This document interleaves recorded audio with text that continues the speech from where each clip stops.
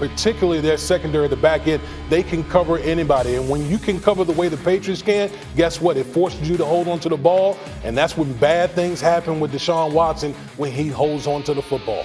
It's been a rough couple of weeks for the Texans. Meanwhile, let's bring Schefter back into the conversation with that thought in mind on the Patriots here. Schefter, they've got flu-like symptoms running through the Patriots. Yeah. How do we expect that to impact them this weekend?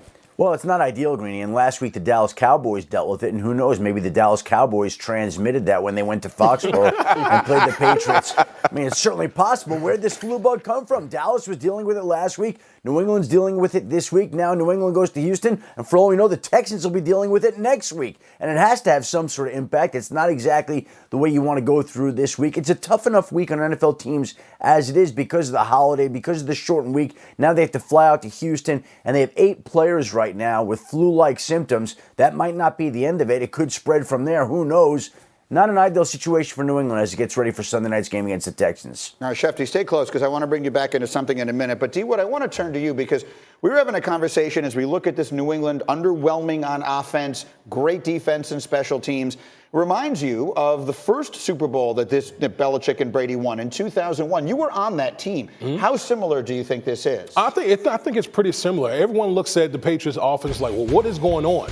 But I tell people the Patriots are the most resourceful team in the National Football League because they can beat you in all 3 phases of the game. Look at last week against the Dallas Cowboys. Matthew Slater comes through, blocks a punt. Patriots go and scores in that particular situation.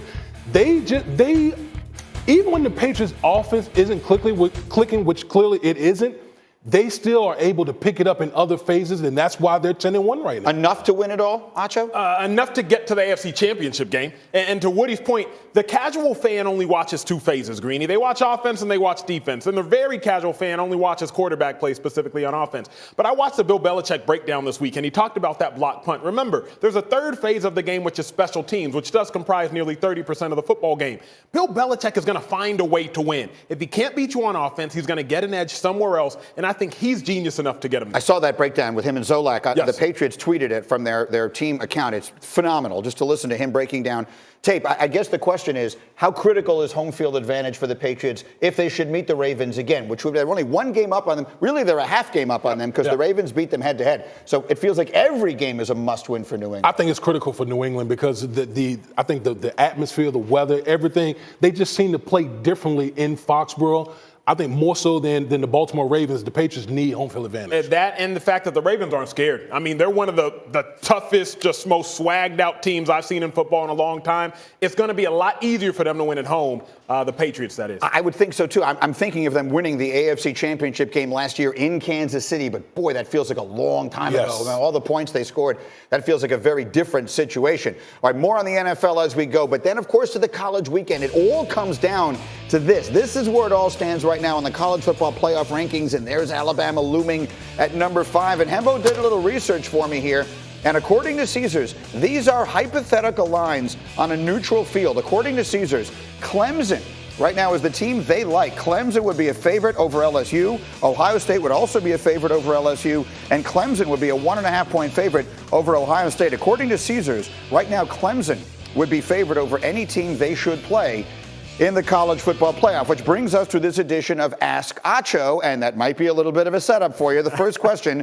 who is the scariest team right now in college football? I think it's Clemson, and I think Vegas knows something. To me, they do, because when I go to Vegas, they always take my money. But I think it's Clemson because Trevor Lawrence is playing lights out right now, Greeny. He struggled early on in the season, 8 touchdowns to 5 interceptions. But since October 1st, in the last 2 months, he has 19 touchdowns on 3 interceptions, the best quarterback efficiency in the whole nation, which means simply he's playing the best football in the nation. Mind you also, Clemson, they're the most lax team, the easiest schedule. If they go to the college football playoffs, who are they really having to beat? Whereas LSU would just have to take on Georgia 3 weeks prior. Yeah.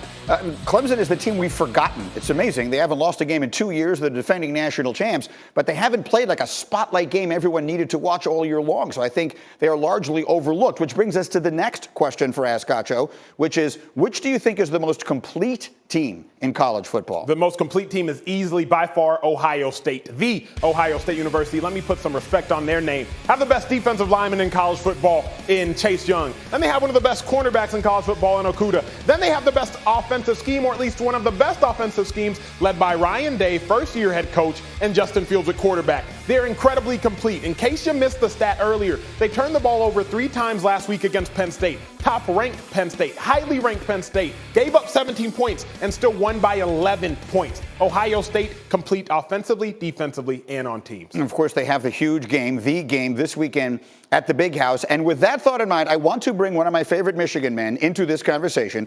Adam Schefter is with us all morning long here on Thanksgiving. And Schefty, I want you to see what your favorite Michigan man, Jalen Rose, had to say yesterday about this matchup with Ohio State. So you remember earlier in the year where people were assassinating the character of one Mr. John Harbaugh? You remember that happened earlier in the year, and then all of a sudden the Wolverines continue to play good football. People sleeping on those days in Ann Arbor. They don't have Urban Meyer this year. You know what I'm saying? This will be the year that the Wolverines get it done, Greeny. I am booking it. Tell them, Dez, you just said it. And on Saturday, I'm going to make me a large pitcher of sangria. I'm going to make some wings. I'm going to grill some lobster tails. And I'm going to be singing the game-winning touchdown as Peoples Jones catches the game winner. Book it. So that was performance art at its finest. Schefty, how are you feeling heading into this huge game this weekend? I think Michigan's got a chance. Look, there have been generations of fans here that have gone by without seeing Michigan beat Ohio State. The time has come. Hopefully, this is the weekend where they finally get it done. Well, the one thing that encourages me is that in speaking to a couple of people who are connected to the program, I said, what do we think this year? And they seem to think that Michigan's got a real chance to pull the upset. I don't know whether they can, whether they will. Certainly hope they can. Again, the people that have tracked this, follow this, they think that this is the year that Michigan's got a real chance to finally beat Ohio State and end this misery that's gone on way too long. And maybe the worst news I can give you is that I think they're going to win, and we all know that I'm always wrong. Quickly, we've all seen footage of Jalen at Michigan. We have dug up footage of Schefty at Michigan. Can we show this? Here we go. Look at that. Look at the chef's specialty. There's Adam Schefter scooping everybody, I'm sure, back in his days writing for the paper in Michigan. What can you tell us about the chef's specialty, Schefty?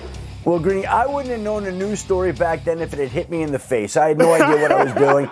But the student newspaper there, the Michigan Daily, was kind enough to invite somebody in who had nothing else to do with his time, and that's where I started to begin reporting.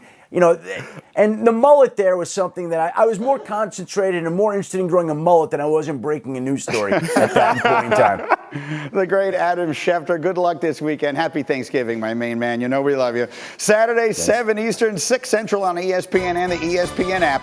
Heisman, hopeful Joe Burrow, and #1 LSU looking to stay that way against Texas A&M in Death Valley. This is a sneaky, huge game for LSU headed into their day for the SEC championship game. All right, coming up here on this Thanksgiving Day edition of Get Up. The Cowboys haven't beaten a team with a winning record all year.